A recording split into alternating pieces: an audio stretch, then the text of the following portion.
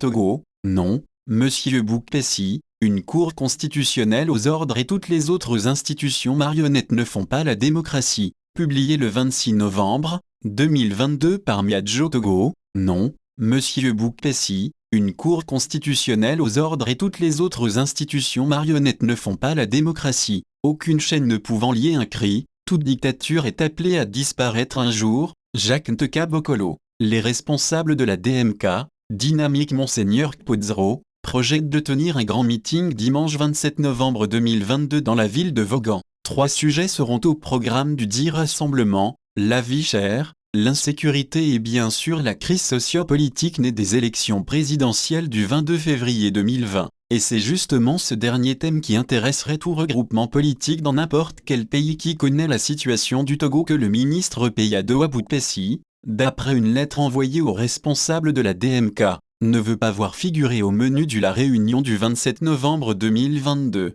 Et c'est pourquoi nous voudrions rappeler au ministre du gouvernement de fait du Togo que la Cour constitutionnelle dont il s'appuie sur la décision pour décréter comme clos le processus électoral de février 2020 est une institution aux ordres qui n'a aucun poids face aux arguments légitimes d'une opposition togolaise qui se bat pour libérer le peuple. L'Assemblée nationale mais est l'autre institution de la République qui insulte l'esprit des vrais pouvoirs législatifs à travers le monde. Quand des grands-pères et grands-mères de famille sacrifient la respectabilité de leurs fonctions, et surtout les intérêts de leurs concitoyens sur l'autel de leurs intérêts personnels et de ceux d'une minorité, on encore parlé de représentants du peuple. D'ailleurs, les supposés députés togolais ne sont élus par personne et votent des lois sans un débat contradictoire. Et cette situation de honte n'est possible que dans une démocratie trompe-l'œil comme celle que nous avons au Togo, et le bi-hebdomadaire togolais, et l'alternative la décrit si bien. L'Assemblée nationale unicolore remplie de députés dont le rôle est réduit,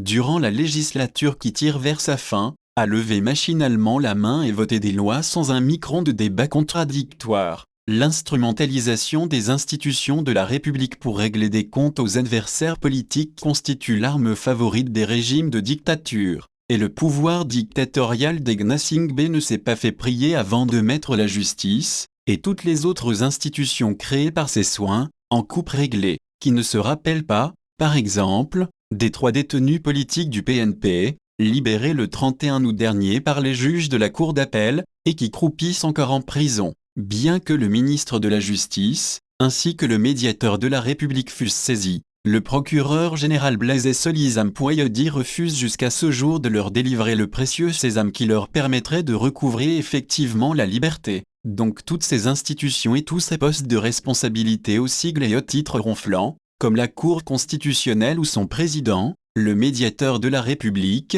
le procureur général, la Haute Autorité de prévention et de lutte contre la corruption et les infractions assimilées, APLUSIA, ou son président, etc., ne sont que des coquilles vides, de surcroît inutilement budgétivores, qui n'ont de sens et de rôle que ce que le dictateur voudrait qu'ils fassent selon ses intérêts. Nous savons que le régime politique de notre pays passe pour être champion dans le domaine des massives violations des droits de l'homme, les assassinats de citoyens togolais, les nombreux exilés pour des raisons politiques, les plusieurs dizaines de prisonniers politiques qu'on refuse de libérer, sont des exemples de ce climat de terreur qui prévaut dans le pays. Et pour parfaire la triste comédie, on nous crée un ministère des droits de l'homme, dont le ministre titulaire est passé maître dans l'art d'applaudir les violations des droits humains et de nier l'existence de prisonniers politiques au Togo. Qui se moque de qui? Voilà, Monsieur Peyadoa Boukpessi, pour votre gouverne, quelques exemples de coquilles vides, dont votre fameuse Cour constitutionnelle,